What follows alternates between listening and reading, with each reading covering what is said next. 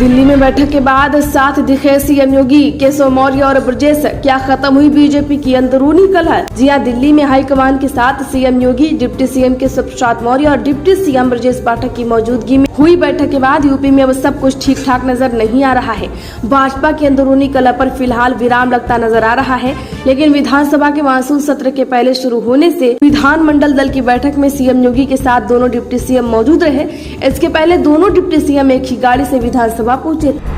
भाजपा में ब्रजभूषण शरण सिंह का चैप्टर खत्म, बोले नहीं देगी, अब पार्टी मुझे मौका नहीं देगी। जी हां, भारतीय कुश्ती संघ के पूर्व अध्यक्ष और 6 बार सांसद रहे भारतीय जनता पार्टी के चर्चित नेता ब्रजभूषण शरण सिंह ने कहा, अब भाजपा उनको मौका नहीं देगी। ब्रजभूषण शरण सिंह ने भाजपा के फिर मौका देने के सवाल पर कहा कि भाजपा अब उन्हें मौका देने वाली नहीं है। तो सिंह ने यह भी कहा कि वो मुंगेरी लाल के हसीन सपने नहीं देखते, जिनको देखना है उनको देखने दीजिए। भोजपुरी को मिले आधिकारिक दर्जा, बीजेपी सांसद रवि किशन ने पेश किया विधेयक। जी हां, भोजपुरी सुपरस्टार और भारतीय जनता पार्टी के सांसद रवि किशन ने भोजपुरी की संविधान की 8वीं अनुसूची में शामिल करने के लिए लोकसभा में एक निजी सदस्य विधेयक पेश किया है। पौष इलाके में ही नहीं, सारे शहर में महंगे हो जाएंगे फ्लैट, नए सर्किल रेट के प्रस्ताव पर आपत्तियों की भरमार। जी हां, कानपुर के शहरी क्षेत्र के लिए नए सर्किल रेट के प्रस्ताव पर आपत्तियां दाखिल करने का समय खत्म हो गया।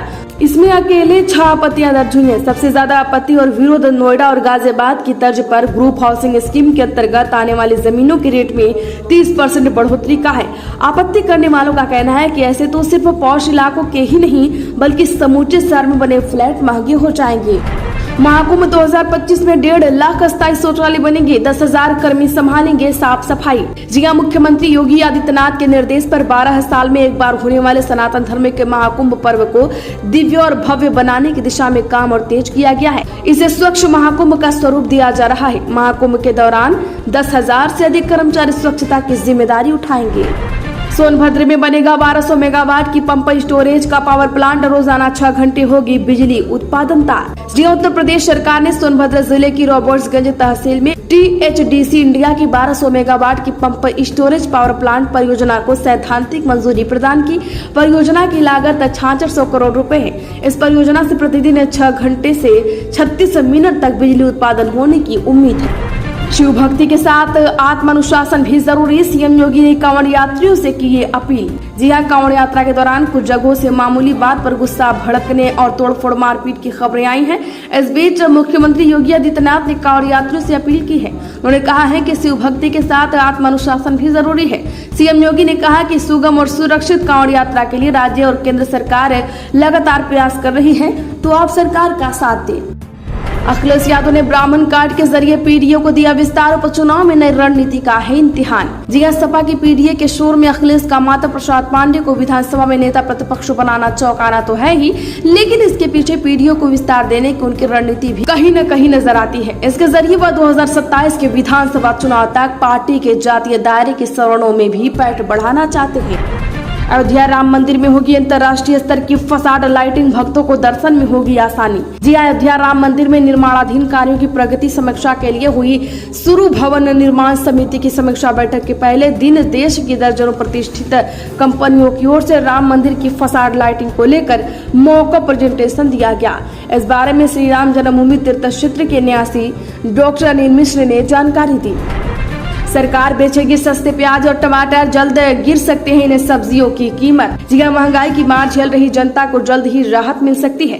प्याज और टमाटर के भाव जल्द ही गिर सकते हैं। सरकार ने प्याज उत्पादकों से 5 लाख टन प्याज के भंडार की खरीदी पूरी कर ली है। उम्मीद है कि कीमतों को नियंत्रित करने के लिए इसे जल्द ही बाजार में जारी करना शुरू किया जाएगा। इन्हीं की सरकार, इन्हीं के अधिकारी, जनता को दिखने को नाटक जारी। भाजपा विधायक के वायरल वीडियो पर अखिलेश का तंजे। जी हां, सोशल मीडिया पर वायरल हो रहे कानपुर के गोविंद नगर से भाजपा विधायक सुरेंद्र मैथाली के वीडियो पर सपा प्रमुख अखिलेश यादव ने भाजपा सरकार पर तंज कसा। वायरल वीडियो में भाजपा विधायक सिंचाई विभाग के अधिकारी को हड़काते नजर आ रहे हैं। सपा मुखिया और सांसद अखिलेश यादव ने भी सुरेंद्र मैथाली के इस वीडियो को एक्स पर पोस्ट किया। अखिलेश ने लिखा, इन्हीं की सरकार, इन्हीं के अधिकारी, जनता को दिखाने के लिए नाटक है जारी। केशव मौर्य ने ली योगी के गृह विभाग की मीटिंग, डीजीपी एसीपी को दिए निर्देश, सीएम को ट्वीट में टैग भी नहीं किया। दरअसल यूपी के डिप्टी सीएम केशव प्रसाद मौर्य लोकसभा चुनाव के बाद से चर्चा में है। उनके बयान, मुलाकात और ट्वीट ने पूरी बीजेपी में हलचल मचा रखी है। इस हलचल को एक बार फिर बढ़ावा मिल गया है जब केशव प्रसाद मौर्य ने मुख्यमंत्री योगी आदित्यनाथ के गृह विभाग की बैठक बुला ली और बैठक में पहुंचने डीजीपी प्रशांत कुमार और एसीएस दीपक कुमार को कानून व्यवस्था दुरुस्त करने समेत कई निर्देश दिए। सपा सरकार में एक ही विशेष जाति के लोगों को मिली थी नौकरियां, योगी ने अखिलेश पर साधा निशाना। जी हां, मुख्यमंत्री योगी आदित्यनाथ ने भाजपा ओबीसी मोर्चा के मंच से विपक्ष को ललकारा, खास तौर से सपा उनके निशाने पर रही। मुख्यमंत्री ने कहा कि हालिया लोकसभा चुनाव में ओबीसी को गुमराह किया गया, सपा उन्हें लड़वा रही है। उन्होंने मोर्चा कार्यकर्ताओं का आह्वान किया कि जनता के बीच जाकर दुष्प्रचार करने वालों की हकीकत बताएं और यह भी बताएं कि जब सपा की सरकार थी तो उन्होंने एक विशेष जाति को ही नौकरी दी थी। यूपी के बिजनौर में माहौल बिगाड़ने की साजिश से शरारती तत्वों ने मदरसे में घुसकर मौलवी का कुर्ता जलाया, मंदिर में शिवलिंग चोरी। जी हां, यूपी के बिजनौर के नगीना क्षेत्र स्थित एक गांव में शरारती तत्वों ने माहौल बिगाड़ने की कोशिश की। दरअसल मदरसे में घुसकर एक कुर्ता खिड़की से बाहर निकाल कर जला दिया। वहीं इसके अलावा दूसरी ओर घर के बाहर खड़ी कार में भी तोड़फोड़ की। मोहतमीम ने घटना की जानकारी पुलिस को दी है। यूपी बन रहा देश का नया मेडिकल हब, विधानसभा में ब्रजेश पाठक ने विपक्ष के सवालों का दिया जवाब। जी हां, डिप्टी सीएम ब्रजेश पाठक ने विधानसभा में विपक्ष के प्रश्नों का जवाब देते हुए कहा कि 2017 से पहले तक प्रदेश की चिकित्सकीय सेवाओं की क्या स्थिति थी यह किसी से छिपा नहीं है। डॉक्टर समय से आते नहीं थे, सरकारी अस्पतालों को मवेशियों का तबेला बना दिया था। पहले के मुकाबले आज यहाँ का मेडिकल इंफ्रास्ट्रक्चर काफी बदल चुका है। क्या आप भी इनकी बातों से सहमत है? कमेंट जरूर करें। यूपी बीजेपी में छिड़े घमासान पर केशव और भूपेंद्र चौधरी ने तोड़ी चुप्पी, बोले हमेशा बड़ा रहेगा संगठन। जी हां, लोकसभा चुनाव 2024 में अनुकूल परिणाम नहीं आने के बाद उत्तर प्रदेश भाजपा में चल रही खींचतान पर आज डिप्टी सीएम केशव प्रसाद मौर्य और पार्टी के प्रदेश अध्यक्ष भूपेंद्र चौधरी ने चुप्पी तोड़ी। मीडिया के सवालों का जवाब देते हुए दोनों नेताओं ने कहा कि संगठन सरकार से बड़ा है।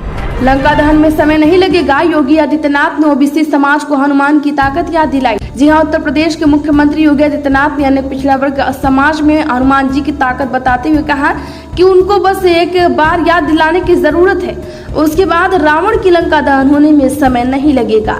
योगी ने भारतीय जनता पार्टी ओबीसी मोर्चा के प्रदेश कार्य समिति बैठक में यह बात कही। राहुल गांधी ने लोकसभा में ऐसा क्या बोला जिस पर वित्त मंत्री निर्मला सीतारमण ने माथा पीट लिया। जी हां, लोकसभा में राहुल गांधी ने बजट की हलवा सेरेमनी की एक तस्वीर दिखाई। उन्होंने तस्वीर दिखाते हुए कहा कि इसमें आपको एक भी ओबीसी, दलित, जनजाति या फिर अल्पसंख्यक अधिकारी नहीं दिखेगा। वे कहते हैं कि देश का हलवा बच रहा है और उसमें 73% लोग शामिल ही नहीं है।